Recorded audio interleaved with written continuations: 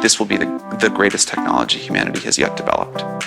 That's Sam Altman, the CEO of OpenAI, claiming a space for his company's chatbot at the top of the list of humanity's great achievements, ahead of the microprocessor, the printing press, and, I guess, the wheel. He's not exactly an impartial observer, but he's also not alone in his assessment of the technology's significance. The release of a new class of generative AI programs like ChatGPT set off a cycle of both doomsaying and hype. In the New York Times, Kevin Roose described how a conversation with ChatGPT gave him a foreboding feeling that AI had crossed a threshold and that the world would never be the same. Both the hype and the warning sound straight out of science fiction, which has practically trained us to expect the eventual development of a truly thinking machine. Every chat with Bing is colored by our familiarity with these stories about superintelligent AI. But what about an AI that just gets stuff wrong and makes things up? What if, instead of hijacking a starship or dominating a planet, a sentient computer just gave bad advice for fixing the warp drive or invented a fictitious harassment accusation about the captain? Today on the show, we're talking about ChatGPT's strange imagination and what it tells us about the real limits and dangers of so-called artificial intelligence. I'm Laura Marsh. And I'm Alex Pareene. This is The Politics of Everything.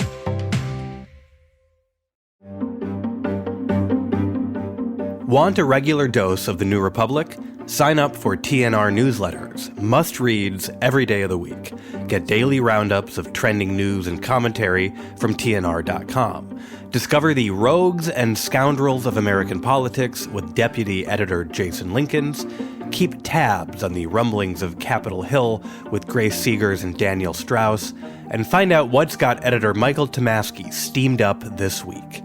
With the New Republic's newsletters, you will always be in the know. Sign up today at tnr.com/newsletters. That's tnr.com/newsletters.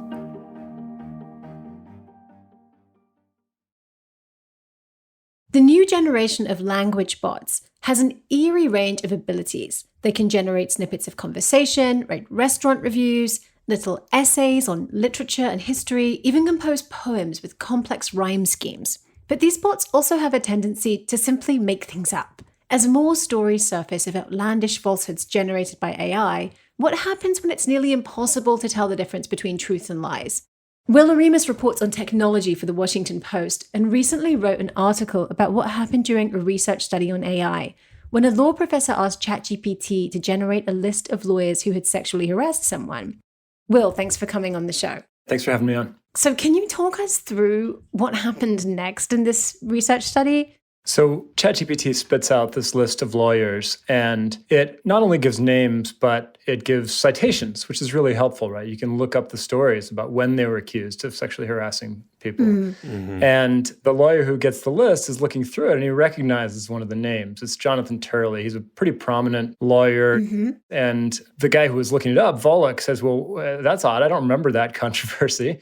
And so he follows the citation, and it actually cited a Washington Post story about the supposed incident, and it doesn't exist. It's just completely fabricated out of thin air. So he emails Turley and says, hey, did you know ChatGPT is accusing you of sexually harassing a student on a trip to, it was like very detailed, right? It was like a trip to Alaska. And it was like, yeah, I mean, it sounded like the kind of thing you wouldn't make up. But in fact, ChatGPT did make it up.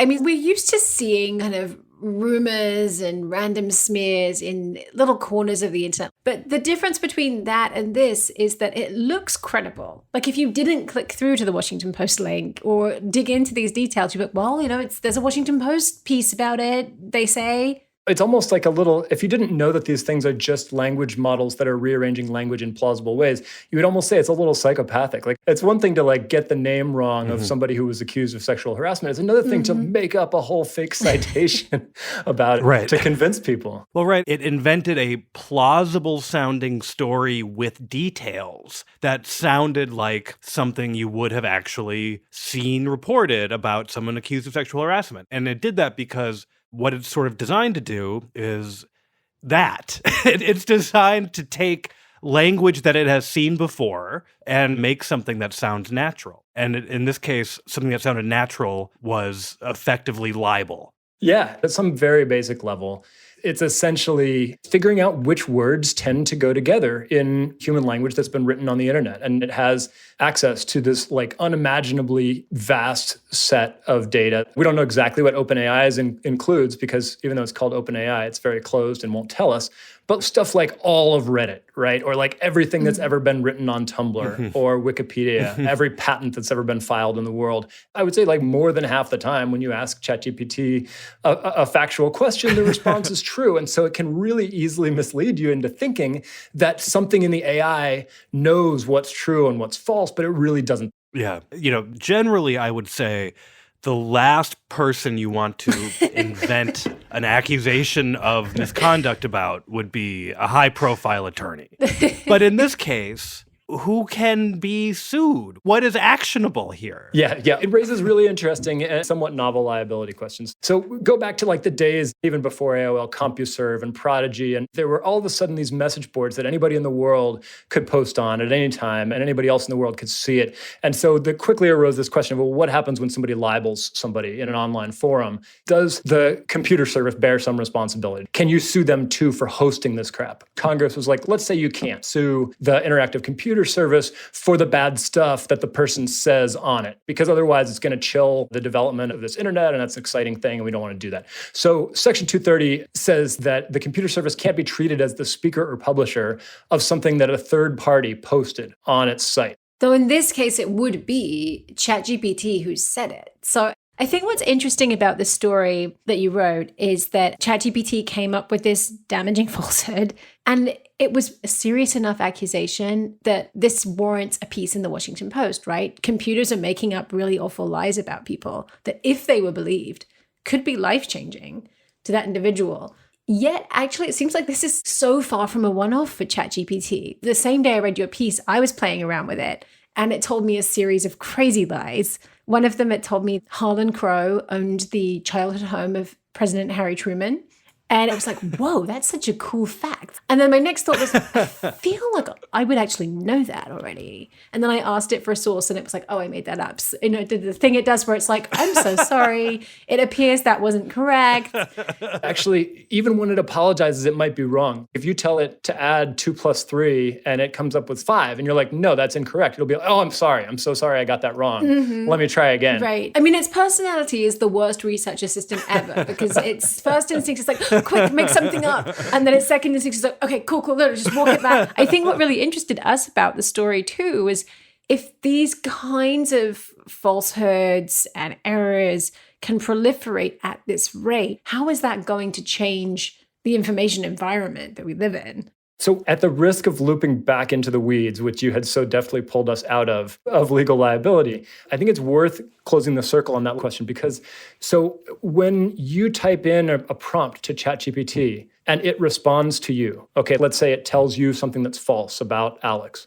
OpenAI is going to argue that no harm has been done. It hasn't impacted Alex's life in any way. Their strategy is going to be, Laura, if you take that information and then you publish that somewhere else, you post on Twitter, oh, I just heard that Alex collects Hitler memorabilia or whatever. But only to remind himself of how awful these crimes were. Right. But if you then take that false information, you put it on Twitter, OpenAI is going to want to say that was you publishing it, not ChatGPT. You were the one who did the harm here by amplifying that information to other people. And so because somebody searched ChatGPT and got something false about Turley, that hasn't risen to the level of damage that you would need to prove a libel suit. It was actually the guy who then went and told the media about it. And then here's the crazy part, is that Turley wrote an op-ed about it in USA Today. We wrote the story about him in Washington Post. The next day or 2 days later, I went in and I searched some of these bots again for Turley. And now they were saying that he did it, and they were citing his own USA Today op-ed. They were citing my Washington Post article.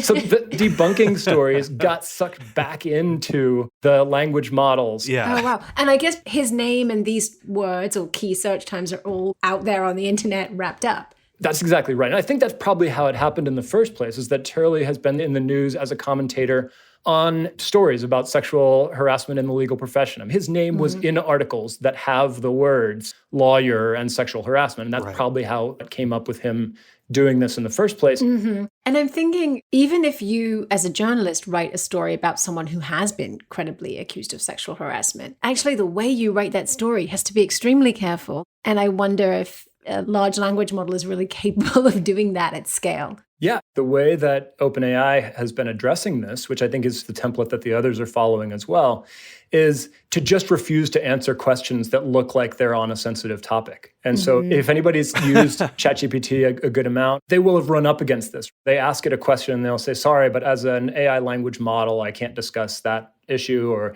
I'm not going to wade into that question.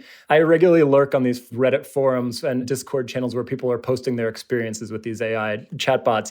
And one of the big complaints has been, this thing used to be awesome, now it's useless because it refuses to answer all the interesting questions I ask it. And it really is an open question of, can you get a model that isn't prone to saying wrong stuff in dangerous ways, but that is still useful in the ways that we want it to be? Thank you so much, Will. Thanks to both of you. I enjoyed it.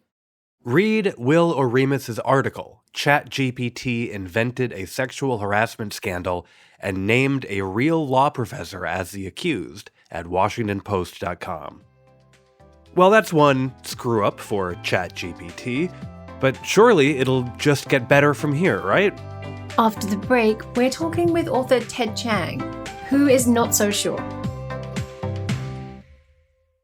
No one would blame you for feeling like it's a pretty shaky time for America. On the new podcast, How to Save a Country, you'll meet the thinkers, doers, and organizers working to make the U.S. a more democratic and more just place. I'm Felicia Wong of the Roosevelt Institute. Join me and my co-host, Michael Tomasky of the New Republic, as we bring you the good news and the big ideas that point to a less fractured, more stable, more equal future. How to Save a Country. Listen and subscribe on Apple Podcasts. It's hard to avoid the language of consciousness when talking about programs like ChatGPT. We chat with them, after all. Their creators refer to training them, and when they invent facts, we say they're hallucinating. But what is a large language model like ChatGPT actually doing when it seemingly creates a story? In a recent New Yorker article, science fiction author Ted Chiang compares these artificial intelligences to essentially a bad Xerox of the internet. He asks, what use is there in having something that rephrases the web? Ted, thank you so much for joining us today. Thank you for having me. So your piece in the New Yorker says ChatGPT is a blurry JPEG of the internet. Could you explain that analogy for us?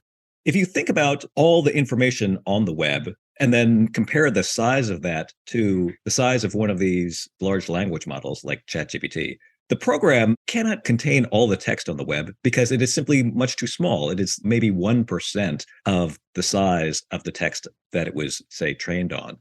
So it's not memorizing the text. It is sort of a compressed representation of the text on the web. Right. Just like a JPEG is a compressed image. Yes. So it's not the raw image file with all of the information of the original, right? You know, ChatGPT seems like it has a lot of the information that is on the web, and it is accurate sometimes in the same way that a blurry JPEG does give you a sense of what the original image looked like. But a blurry JPEG is not going to let you see the details accurately. And the more you compress something, the more artifacts you introduce, the more things that weren't originally there end up in it. The thing is that when we look at a blurry JPEG, we can see that it's a blurry JPEG, and we don't mistake it for a high-resolution original. But ChatGPT, it's giving text which is indistinguishable from accurate text. So the fact that there are these sort of compression artifacts is not readily visible. And the hallucinations that these models are prone to are a kind of compression artifact where the program is giving its best guess. It's sort of extrapolating because it doesn't have the actual answer, but it looks like it's returning actual search results. But it's not. A search engine will return things like no results found, but ChatGPT never is at a loss for an answer.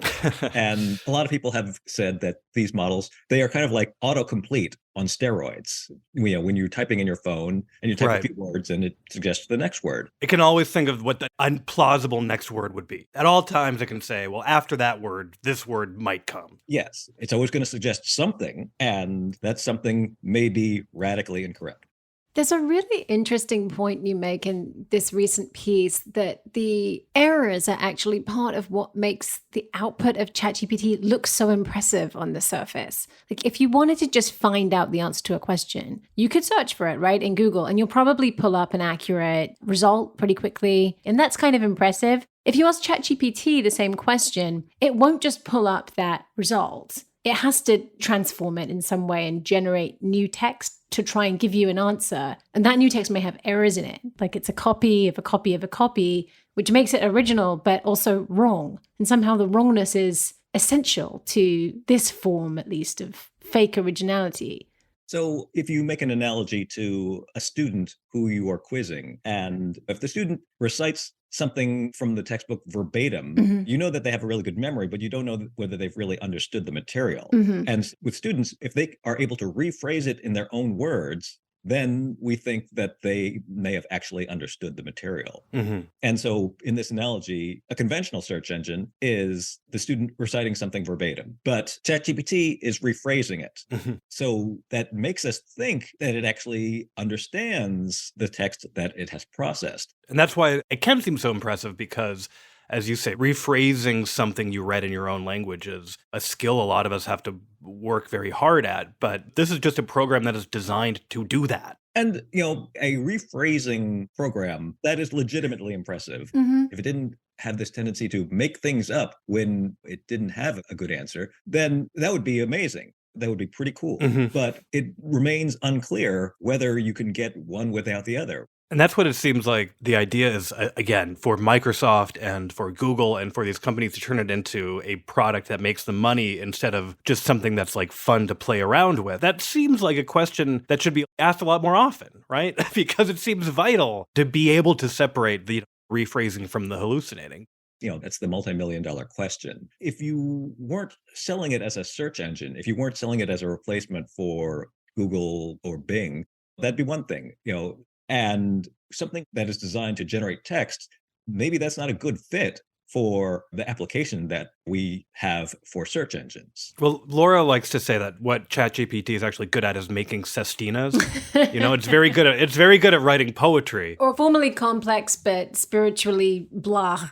Yes, it's not good at writing good poetry, but yes, it's good at writing difficult to compose poetry. But I sort of consider you, I guess, someone who's skeptical of a lot of the hype around AI, but you've raised a really important question, which is in future iterations of ChatGPT, are they going to be training them on material produced by ChatGPT? Because if the web is now going to be filled with things created by these programs, whether or not they're included in the training materials would seem to speak to the quality of what they're actually creating. There probably isn't vastly more text available to train them on. And so if successors to ChatGPT are going to be trained on vastly greater sums of text, where is that text going to come from? Right. If it comes from the output of a program like ChatGPT, then we're not going to get good results. Right. And in that case, not only will like a successor to ChatGPT not be probably any better, we will also have polluted the entire internet. Right. And maybe reduced its usefulness as a source of information. It's kind of like the opposite of the singularity. No, I was just going to say, that's exactly right. It's literally the opposite of the singularity. Right? Because the more it generates, the worse the technology will get. Because that's a common fear among certain people on the internet, is this idea of endlessly self-improving AI that becomes super intelligent. And you are suggesting, in fact, that it could actually just make itself dumber and dumber in a way. This isn't a fanciful scenario. Just today, there was a report in Bloomberg where they reviewed 49 websites that were content farms entirely generated by AI, just kind of flooding the internet with sort of ersatz news stories, I guess. One of them is a website called celebritydeaths.com that reported that Joe Biden was dead and that Kamala Harris was acting as president in a sort of plausible way that such a story on a low quality news website might be written if that happens. So that kind of flood of really low value / maybe even harmful or at least incorrect AI content has already started. Yes, that is maybe a good use of these large language models because they are designed to generate text. They are at least fit for that purpose. Which is basically spam, is what we're saying. Yeah.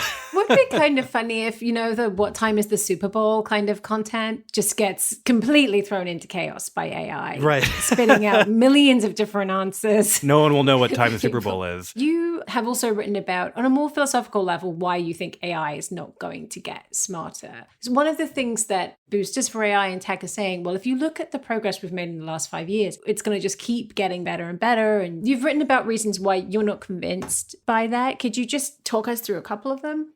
Well, a lot of it has to do with a misconception of what intelligence even is. Mm-hmm. We have this idea of an IQ test where intelligence is reduced to a single number, but there's a lot of debate about whether there is something that we can meaningfully call intelligence, which can be reduced to a single number. But even if we grant that for the sake of argument, it does not at all follow that someone can increase their own number. If you have an IQ of 160, that doesn't mean that you can increase your IQ to 200. You would think if it was following this rule, then the smarter you are, it would sort of follow this curve of you should be able to get even smarter. If you're so smart, you should make yourself even smarter. Again, it also depends on what you mean by smarter, because you can acquire more information over time, but that's an entirely different thing than being smarter. There's this computer scientist named Francois Chollet, and he wrote a paper called On the Measure of Intelligence. And in it, he draws this distinction between skills and intelligence. Skill is how well you perform a certain task, and intelligence is how rapidly you gain new skills. And this formulation makes a lot of sense when applied to people. Most people can gain new skills. The people who improve their skills the fastest, that's what we think of as intelligence. Mm-hmm. By this measure, computers are highly skilled because they perform very well at certain tasks, but they're not at all intelligent. Have we created any program that can actually acquire new skills? Have we created any program that can learn chess and then learn to make you scrambled eggs? We don't have a program that can acquire new skills in that way at all. It might be like a fundamental category error to think that a computer could make itself smarter. Mm-hmm. And it strikes me that long before we have to worry about super intelligent computers, we will have to worry about what much less intelligent computers, how they will be used by people. You've written about this quite a lot. Yeah. One of the things that I often say is that our fears of technology are best understood as fears of how capitalism will use technology against us. And it's not that AI wants to put us out of work. It's that capital wants to put us out of work.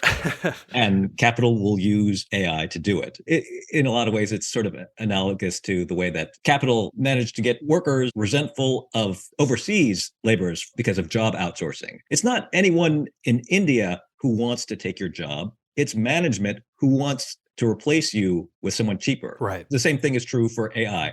I also wonder if this whole narrative about the fear of superintelligent AI is really just a way of creating a myth that this stuff is really better than it is. To what extent do you think science fiction sort of collaborates in some of those myths? Well, it's sort of a historical accident that we wound up using the phrase artificial intelligence to describe radically different things. Mm-hmm. We use that phrase to describe this hypothetical idea, often found in science fiction stories, of a machine that thinks, like HAL 9000 in 2001. But we've also used that same phrase to describe what are essentially applied statistics programs. Mm-hmm. If we had come up with different phrases, maybe there wouldn't be this confusion. But this confusion works toward companies' advantage because, again, it makes their product sound cooler. Mm-hmm. It kind of makes this thing sound like a big adventure rather than something that's halfway between sort of boring and the basic labor relations problem. Yes. like the algorithm that determines whether a bank should give you a loan or not, that is not an exciting thing to talk about. But if you can say that we are consulting a superhuman intelligence, it's like, well, all right.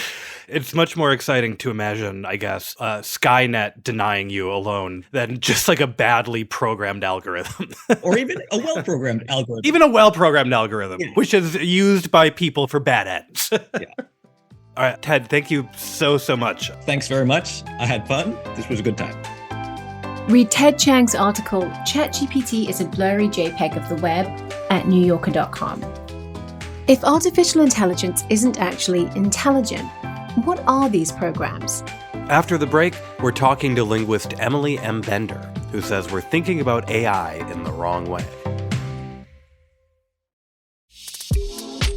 Would you like to hear more from The New Republic? TNR's newsroom is staffed by the best journalists covering politics, climate change, inequality, books, and art, all working toward a common goal: to bring you the reporting and analysis you need to make sense of the world.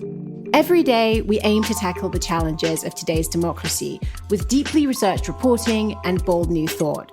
But we can't do it without you. Please consider subscribing with our special offer. Go to tnr.com/special offer. That's tnr.com/special offer and subscribe today.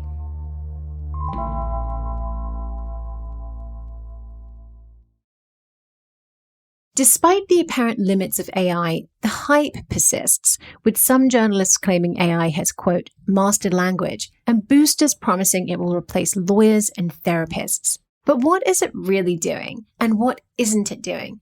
We're talking to Emily M. Bender. She's a professor of linguistics at the University of Washington, and she's taken a closer look at these claims and broken them down in her writing. Emily, welcome to the show. Thank you. I'm very happy to be here.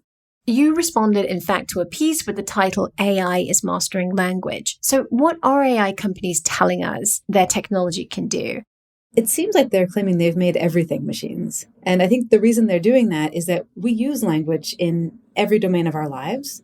And so in the massive amounts of text on the internet, there's language about every topic imaginable. And so if you have a text synthesis machine that's trained on that big pile of data, you can get it to spit out plausible looking text on any topic imaginable.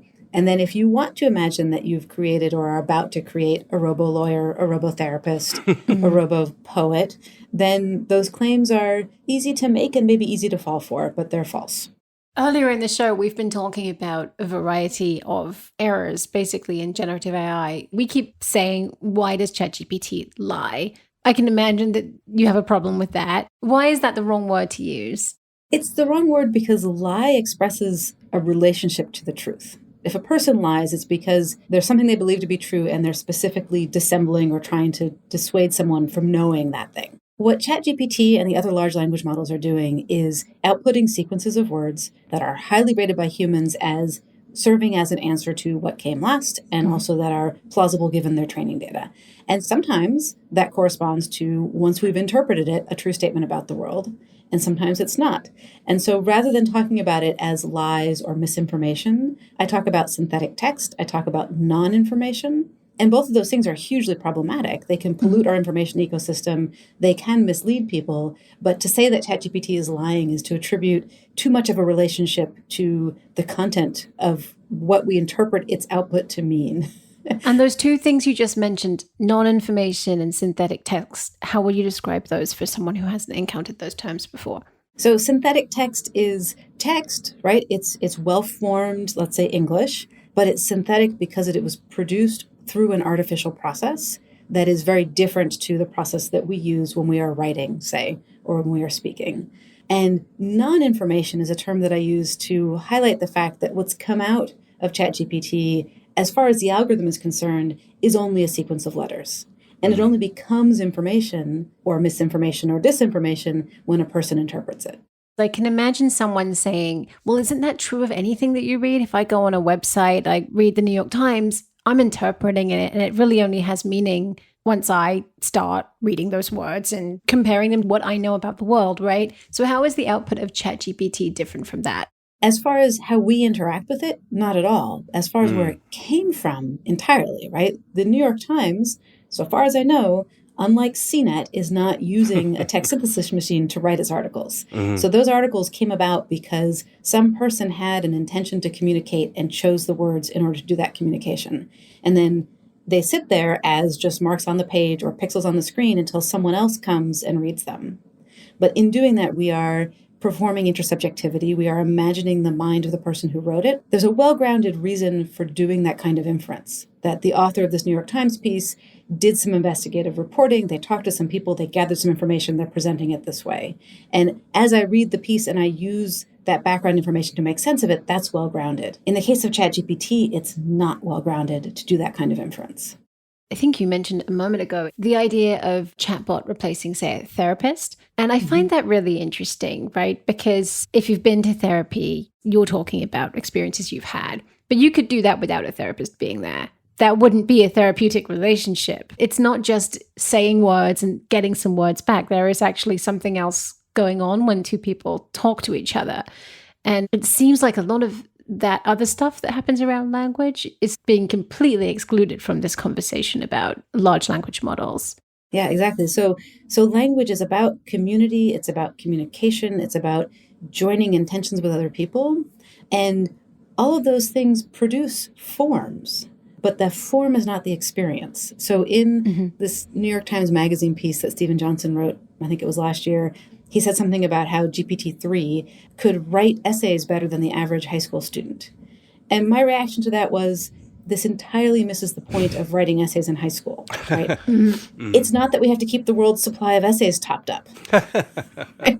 It's about the experience of doing the writing. And just like we're saying, in a therapeutic relationship, it's about the experience of being heard by someone who's sympathetic, and also someone who is skilled at figuring out what questions to ask next, right? And the idea that you could just replace that with synthetic text is frightening, especially because many people who are in therapy are there because they are specifically vulnerable and in danger. And you absolutely don't want to throw a giant magic 8-ball as their conversation partner there. Right, which I guess brings me to, the intention behind this. What is ChatGPT meant to do, you know? Well, that's a great question. Timnit Gebru, in a talk about what she calls the TESCREAL ideology bundle. So there's a bunch of ideologies like transhumanism and long-termism that are all connected with AGI. She makes the point that AGI, artificial general intelligence, is an unscoped system. It doesn't have a specific function. And if you're doing serious engineering, as Timnit reminds us in that talk, you start by scoping the problem and saying, what's this for? What are the dangers? How do I test that it is performing its function well and safely? And ChatGPT isn't for anything in particular. And that makes it an incredibly shaky foundation for anything you might try to use it for. Yeah, I can't think of too many things that would be useful for beyond just sort of playing with it. Yeah, so these might be variants of playing with it, but you could imagine that some people like using it as a conversation partner in a language that they're learning. You could imagine using it to have the dialogue with non-player characters in a video game be more varied and entertaining. You could imagine using it as a brainstorming partner as you're trying to get started with a writing project of some kind. None of those are risk-free, because one of the things about large language models is that they will suck up and amplify all of the biases in the text. For example, I've seen examples of ChatGPT assigning specific genders to specific jobs, right? Which would be a sort of a bias it learned from the text it was trained on. Yeah, exactly. Well, I think a question that we've been throwing around too is whether this disconnection from the truth is actually a bug in the technology or something that companies will use as a feature. I think arguably yes. And I would wonder what the FTC would say about that. They've been coming out with some fantastic blog posts recently, putting the so-called AI companies on notice around truth in advertising, around the sort of safety and reliability of their products. I saw a great thread by one of these AI booster guys on Twitter who was listing all these potential uses for AI. And one was like, you could generate incredibly realistic photos of the food you're selling. And yet there is actually a law about truth in advertising in food that you can't be like, okay, generate the most delicious looking burger. If that's not the burger you sell, there are actually some regulations that already preclude the use of this technology. Yeah. And health, including mental health, is one of them. So there was one of these boosters online who posted a video of apparently a large language model driven and then text to speech setup where this feminine sounding voice was introducing itself as a cognitive behavioral therapist and saying what CBT is, and then inviting the client to do a CBT session. And someone tagged me, so I saw it on Twitter. And I was like, psychotherapists are a regulated workforce. Like, you actually have to be licensed. So where is this guy? And I looked at his Twitter bio, and it was Texas. So I did a little Google search, and I found the relevant board in the state of Texas and their link for reporting fraudulent claims. And I replied with that. Bam, the tweet was gone.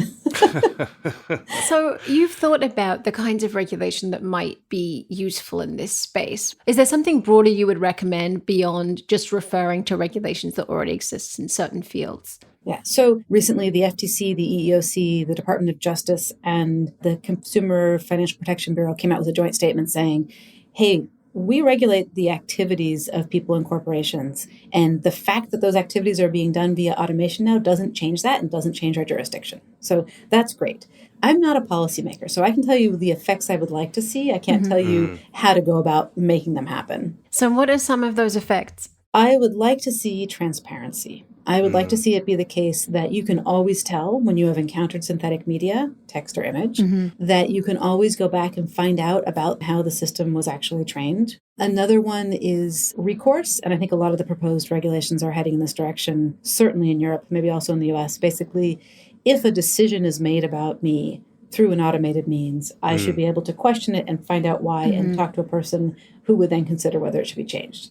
And then the third thing is accountability. How would the world be different if OpenAI and Google and Microsoft were actually accountable for the output of the text synthesis machines? I'm guessing we wouldn't have so much of them.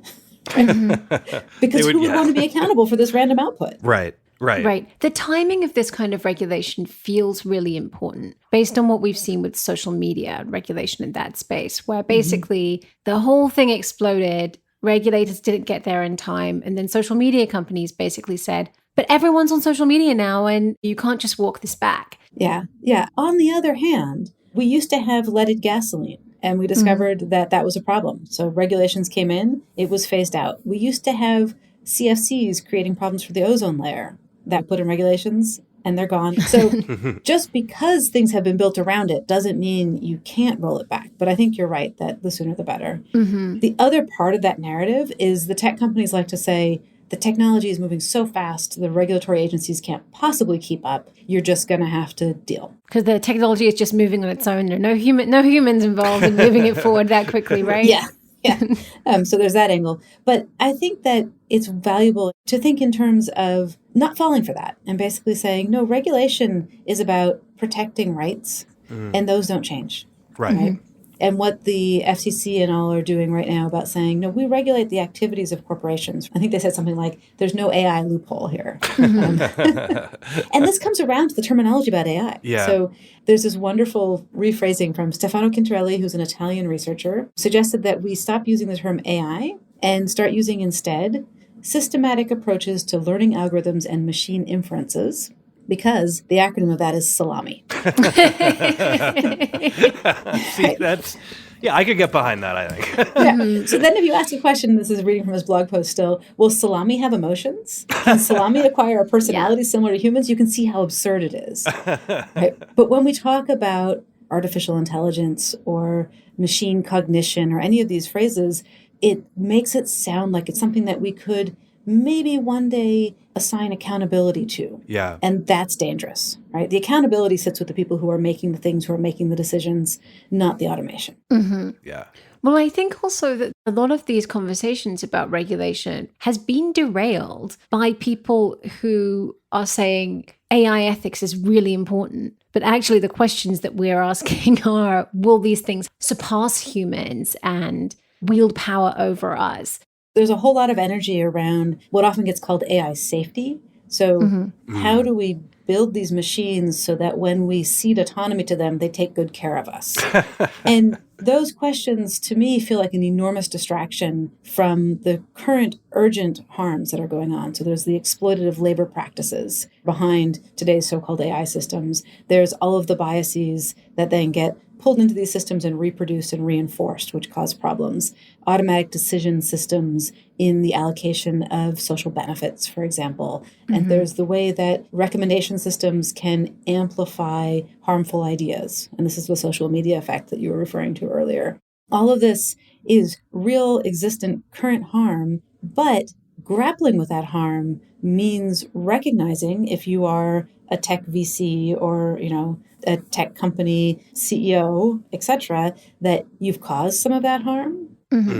I do think with a lot of this crowd, those sci-fi questions just serve to sort of help ease whatever culpability these people might feel about their part in the problems facing us right now. Exactly. And I think that this idea that, well, this is an artificial mind kind of allows CEOs to tell a story about laying people off and replacing a skilled workforce with an inferior one in many cases that's cheaper, because it sounds like I'm pushing my company to the future. When actually, if it's salami, this is like we're using a crappy tool that doesn't do stuff as well as humans. And I guess so my final question maybe is like, does this stuff even have to improve that much if you have the hype around it to cause harm? I mean, it's absolutely causing harm in many ways right now. They don't have to become sentient singularity machines to cause harm, but maybe it's best not to talk about ChatGPT causing the harm, but rather the people deciding to use it in that way who are doing it. Right. If a bad algorithm is responsible for you losing your job, it's not because a super intelligent computer did it. It's because someone chose to use a tool for that purpose. Right, exactly. And they maybe got rewarded for it because, as you say, they are making it look like they're taking their company into the future. So, I really hope that we get more and more people thinking about what's the future that we actually want. Thank you so much for talking to us. My pleasure. Emily M. Bender's post on New York Times Magazine on AI, Resist the Urge to Be Impressed, is available on Medium and as an audio paper on SoundCloud. The Politics of Everything is co-produced by Talkhouse. Emily Cook is our executive producer. Lorraine Kadamatori produced this episode. Myron Kaplan is our audio editor. If you enjoy The Politics for Everything and you want to support us, one thing you can do is rate and review the show. Every review helps. Thanks for listening. Would you like to hear more from TNR? Every day, our writers and editors work to bring you the reporting and analysis you need to make sense of the world. But we can't do it without you. Please consider subscribing to The New Republic with our special offer at tnr.com/special offer. That's tnr.com/special offer.